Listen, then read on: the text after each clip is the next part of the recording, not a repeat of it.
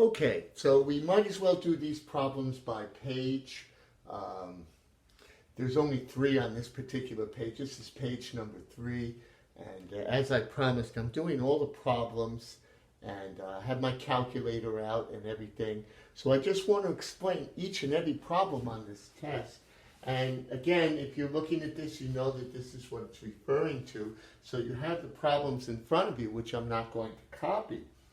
So the first one shows you a picture of a half sphere, demi-sphere, whatever.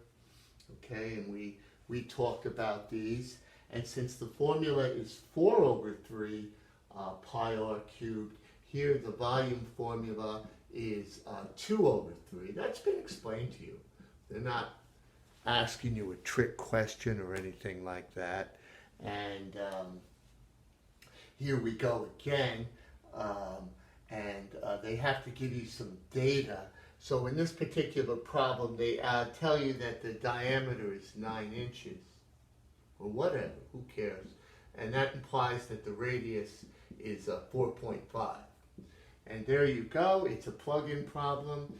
V equals 2 over pi, 4.5 to the third. Entirely reasonable problem for an 8th grader to do. I'm going to multiply left to right, press enter, and then divide by 3. And my answer should come out, should be A.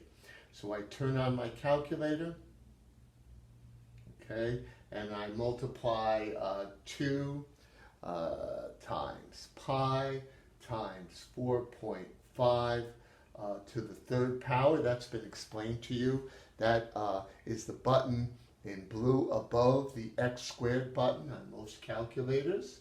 Okay, and you enter that, and it gives you a number that you divide by 3, and then you come up with the correct answer, which is 191. Your answer would be very close to that. The problem's complete. It's been explained to you. So if you didn't get it on the test, you should have. How do I say it that way? I don't know. You could put it on pause and replay it. It was pretty clear what to do on this problem, and you've certainly seen it before. Okay, and now we go on to the next one, which is a takeoff on a problem that we did many times in our assignments. Okay, it's a tiny little funnel or cone, but we were always subtracting the cylinders,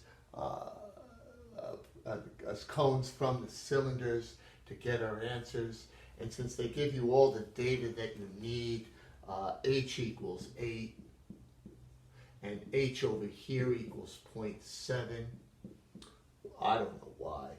And over here, the whole shared object, d equals 4. So therefore, r equals 2. And now you just set up your schematic vision that we did so many times in class. There's no reason not to get this. And this is pi r squared times 8.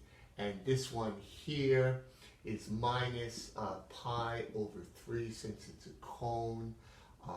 R squared, they share the same radius, times 0.7.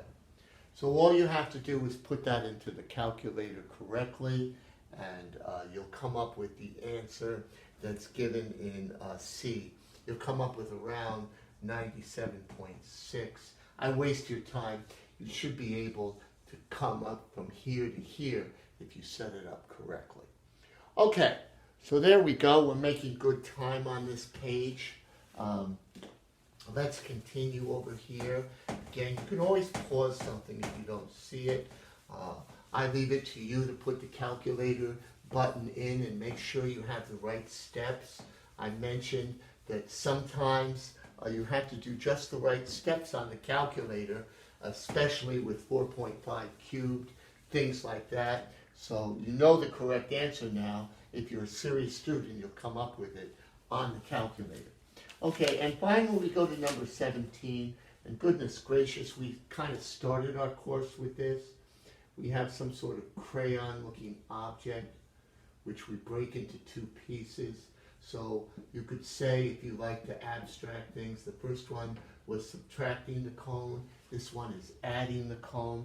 Oh, what do they give us? Well, they give us that from the tip to toe is 10, and then they tell us that this is 3. So it follows instantly that this is 7, 7 plus 3.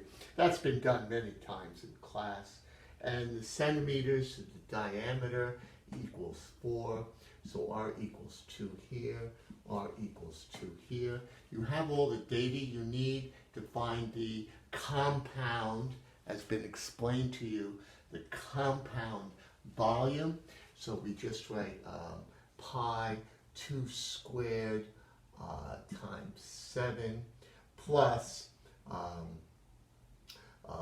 pi over 3 2 squared times 3.